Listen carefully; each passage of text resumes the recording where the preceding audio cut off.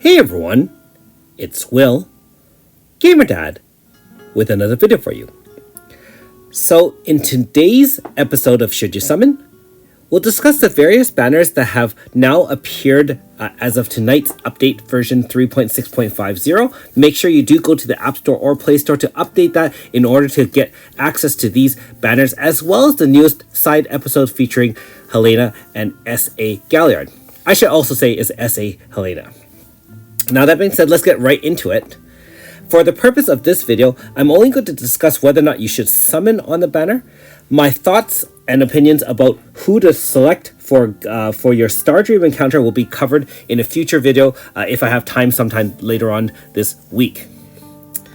So, first of all, the Guiding Star encounter is one of our newest banners available, and this obviously is because the Stellar Awaken system is now here, the SA system.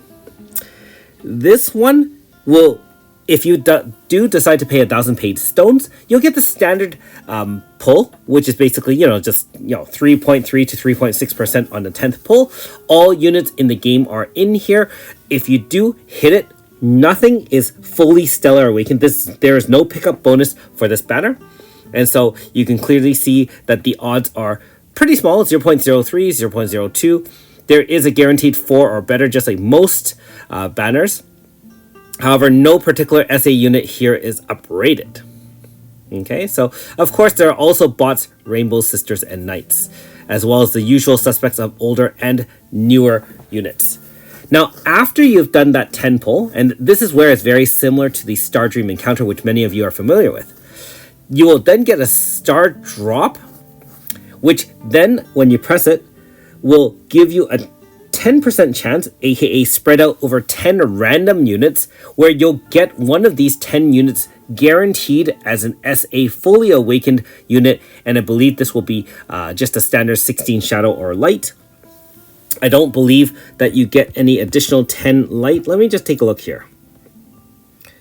Okay.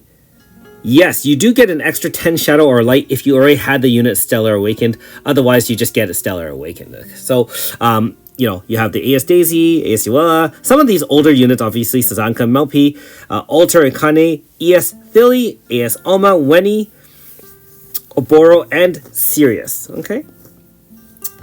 So, should you summon?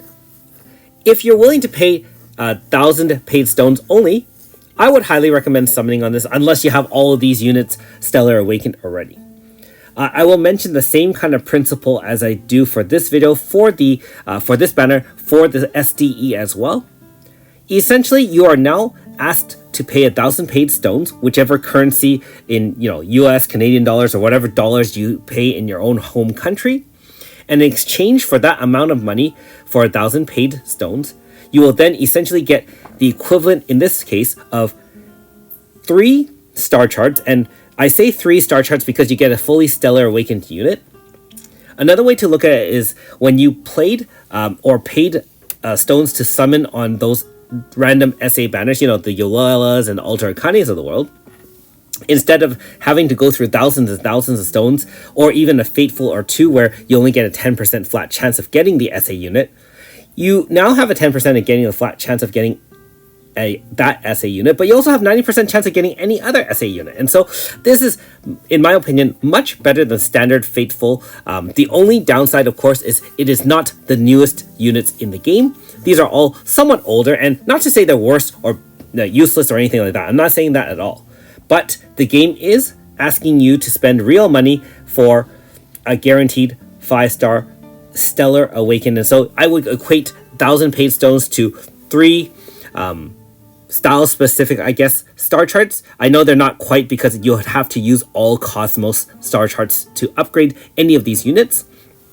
So the general idea is, if you don't have most of these, I would say again, half to 2/3 Stellar Awakened, and you're willing to pay 1,000 paid stones, very good value. Keep in mind, you are paying real money, and so and you didn't have to do this before the Stellar Awakened system was here, and so take that for what it's worth. But in the new meta, or the new cost of obtaining new units, this is considered relatively fair with the new system. Same thing with the Star Dream encounter. Again, for those who are newer to the game, you get a standard 10 pull, nothing uprated. You have the standard 3.3 to 3.6% chance of getting, a 5-star unit of random sorts on pulls 1 to 9 and pulls 10 respectively. Again, being that this is a paid banner, all units are in the game, including all these Stellar Awakened ones. Xianhua is also in this banner. If you do hit Xianhua outside the FTE, as in not the Star Dream piece, then you'll only get 1 out of 3 SA gauged filled. So be aware that this is no pickup bonus, and if you get Xianhua, then it is what it is. Bots Rainbow Sisters are still here. All the other 5-stars are still here, some of which are great, some of which are not. Star Dream piece.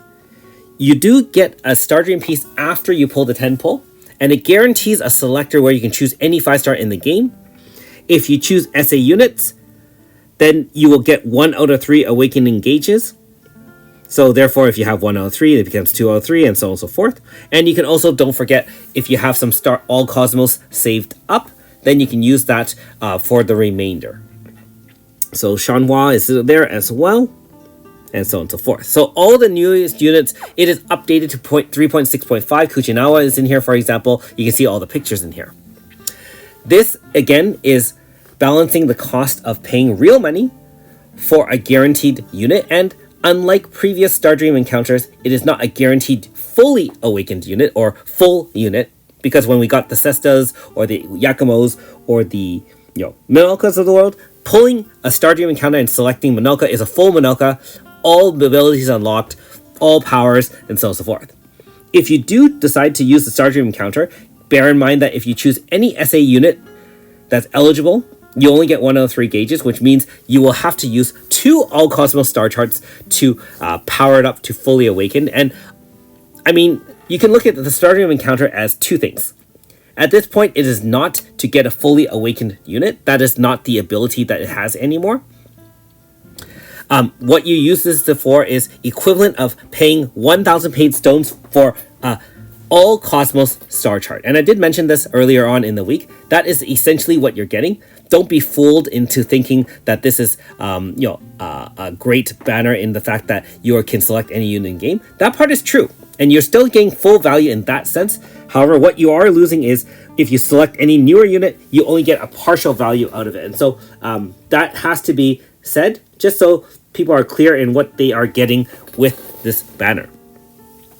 So 1,000 paid stones for 1 All Cosmos Star Chart, or the other way to put it is, if you are missing a specific unit in your roster and you actually want to fill it up, that is still the specialty of the Star Dream encounter. So that is the value that you're getting. You have to decide for yourself if it's worth it.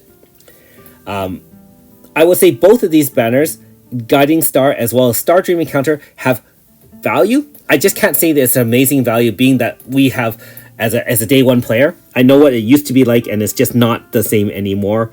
Not here to complain, but I'm here to tell you what you need to hear, not what you want to hear, and give you the reality of these paid banners.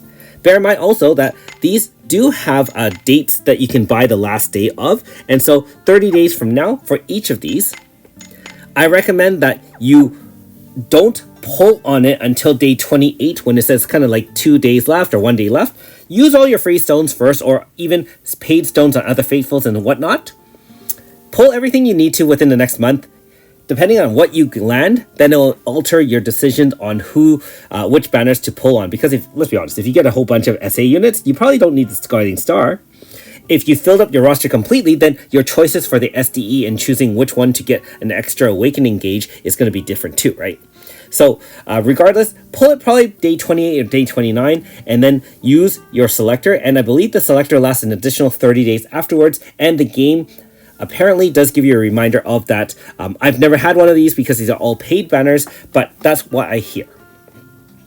All right, so hopefully that answers your questions about those 2 banners.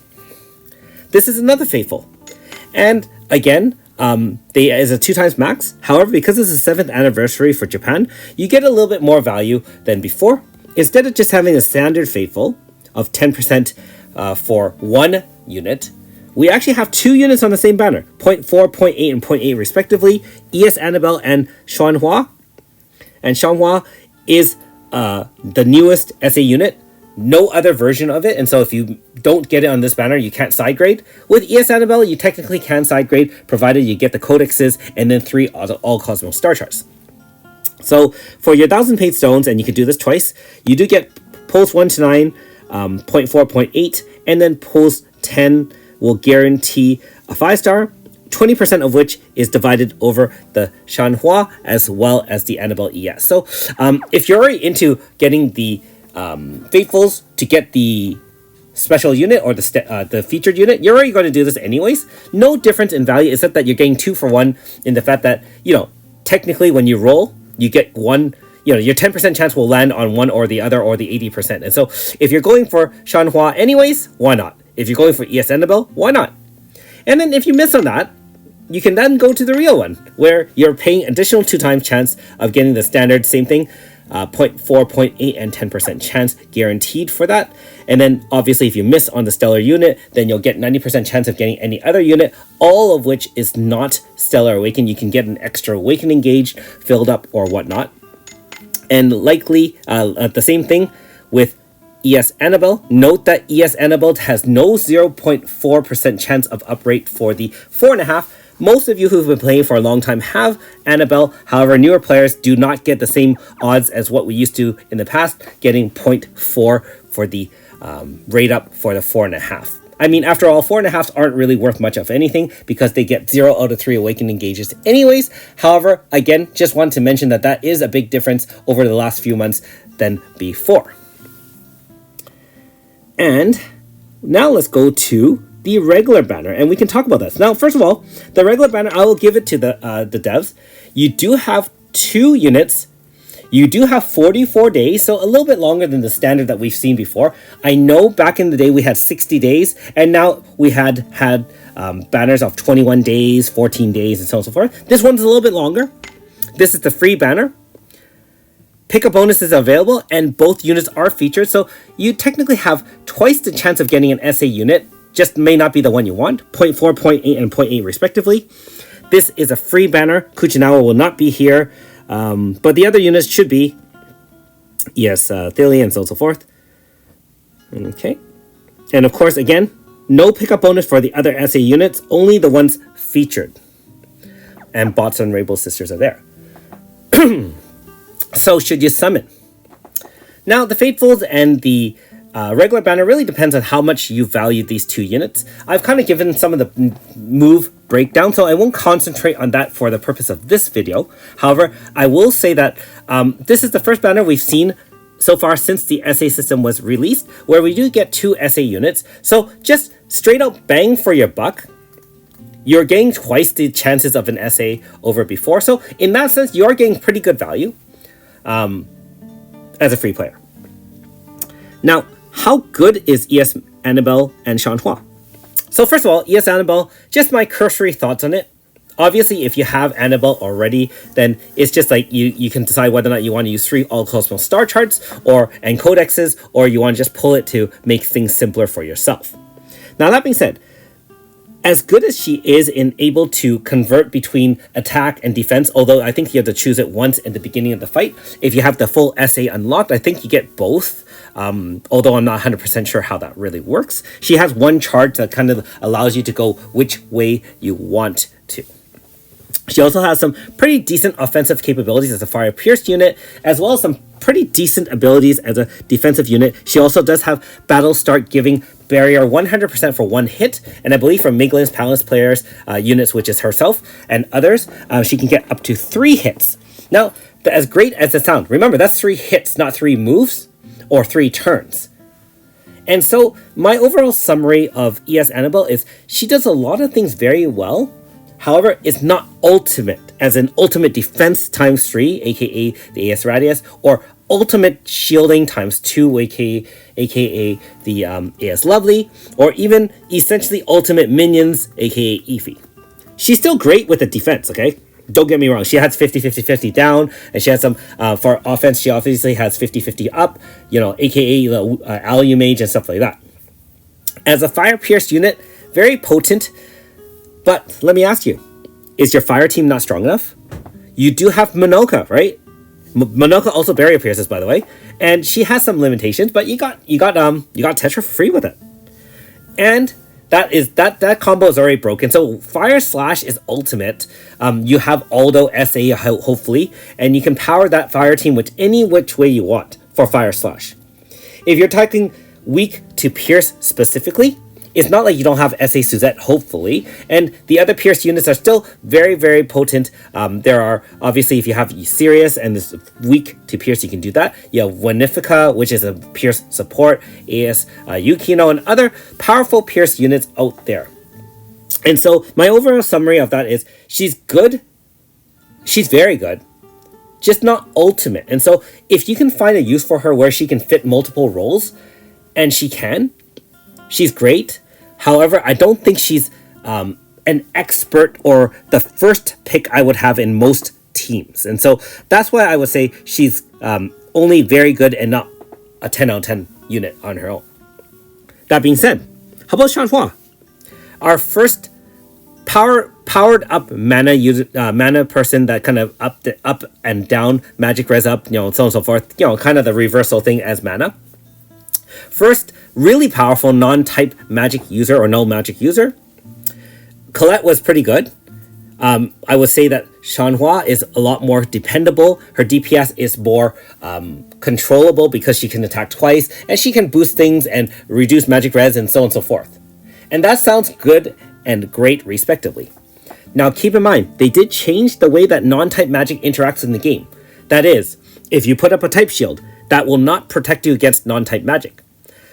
Therefore, if you are attacking with non-type magic, you can penetrate enemies who have high innate type res either through the equipment or through certain boss fights where it gets really, really annoying.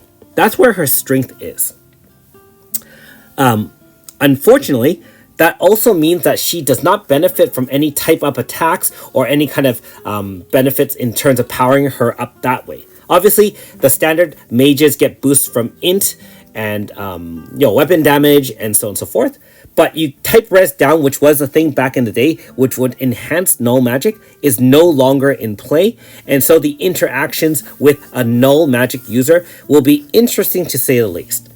I think, again, she's very good. She is the first really powerful null magic user.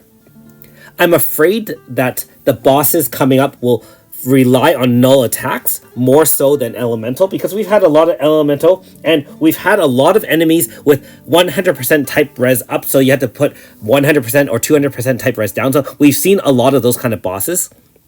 She would bypass a lot of that. However, what we haven't seen is a unit that bosses that are shielding null magic, for example, or shields non-type attacks. I'm sure that the devs can introduce mechanics to nullify Xianhua, because we already see mechanics introduced by the devs to nullify barrier pierce, aka the most recent side episode boss.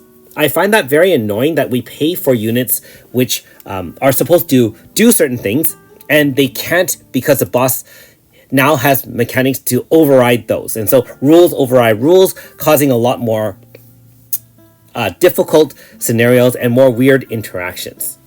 Now back to the value of the boss, this banner. Very good value in the new SA system. On its own, I wouldn't say they're absolutely necessary by any stretch. Although Xianhua, as I said, if they're changing games and fights to requiring null specifically, you still have Benedict and Aldo as a null slash team. However, all they have to do is vulnerable to magic, null to physical, and then you'll be forced to use units such as a magic team. And I can say that for that might be a trend in the future, because the last two units, Kujinawa as well as Xianhua, are magic users, and so who knows what is up the devs' development plans for bosses. Excuse me. But we already know that they give us units to overcome problems, aka Deuce, Kraz, and Yakumo or Monoka barrier piercing all those 3.0 super bosses. And so as good as they are each, there is good value here. I'm going to summon. So, I'm still going to fall for the gacha tricks, but I am afraid for the future. Anyways, looking forward to seeing how you guys do on your polls. And I obviously will be pulling myself, and then obviously starting the chapters. Man, life has been busy.